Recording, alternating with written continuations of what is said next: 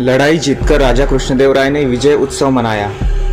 उत्सव की समाप्ति पर राजा ने कहा, लड़ाई की जीत अकेले मेरी नहीं थी, मेरे सभी साथियों और सहभागियों की जीत है।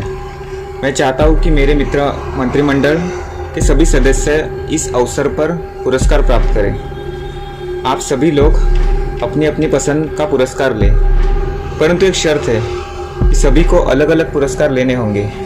एक ही चीज़ दो आदमी नहीं ले सकेंगे। यह घोषणा करने के बाद राजा ने उस मंडप का पर्दा खिंचवा दिया जिस मंडप के सारे पुरस्कार सजाकर रखे गए थे। फिर क्या था, सभी लोग अच्छे से अच्छा पुरस्कार पाने के लिए पहल करने लगे। पुरस्कार सभी लोगों की गिनती के हिसाब से रखे गए थे। थोड़ी देर की धक्का बुक्की और छीना झपटी के बाद सबको एक एक पुरस्कार मिल गया। सभी पुरस्कार कीमती थे। अपना अपना पुरस्कार पाकर सभी संतुष्ट हो गए। अंत में बचा सबसे कम मूल्य का पुरस्कार एक चांदी की थाली थी।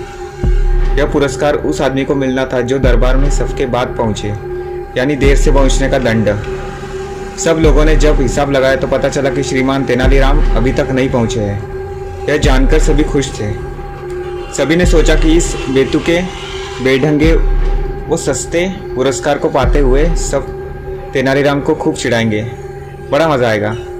तभी श्रीमान तेनालीराम आ गए। सारे लोग एक स्वर में चिल्ला पड़े, आइए तेनालीराम जी, एक अनोखा पुरस्कार आपका इंतज़ार कर रहा है। तेनालीराम ने सभी दरबारियों पर दृष्टि डाली। सभी के हाथों में अपने अपने पुरस्कार थे। किसी के गले में सोने की माला थी तो किसी के हाथ में सोने का भाला था। किसी के सिर पर सुनहरे काम की रेशम की पगड़ी थी तो किसी के हाथ में हीरे की अंगूठी थी। तेनालीराम उन सब चीज़ों को देखकर सारी बात समझ गया। उसने चुपचाप चांदी की थाली उठा ली। उसने चांदी की उस थाली को मस्तक से लगाया और उस पर दुपट्टा ढक दिया, ऐसे कि जैसे थाली में कुछ रखा हुआ हो। राजा कृष्णदेव राय ने थाली को दुपट्टे से ढकते हुए तेनालीराम को देख लिया। वे बोले, तेनालीराम, थाली को दुपट्टे से इस तरह क्यों ढक रहे हो? क्या करूं महाराज, अब तक तो मुझे आपके दरबार से हमेशा अशर्फियों से भरे थाले मिल रहते थे। यह पहला मौका है कि मुझे चांदी की थाली मिली है।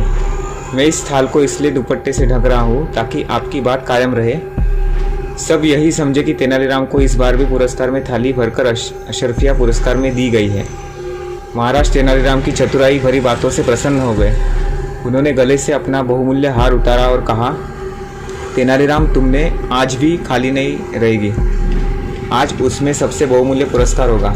थाली आगे बढ़ाओ तेनालीराम। तेनालीराम ने थाली राजा कृष्णदेव राय के आगे कर दी। राजा ने उसमें अपना बहुमूल्य हार डाल दिया। सभी लोग तेनालीराम की बुद्धि का लोहा मान गए।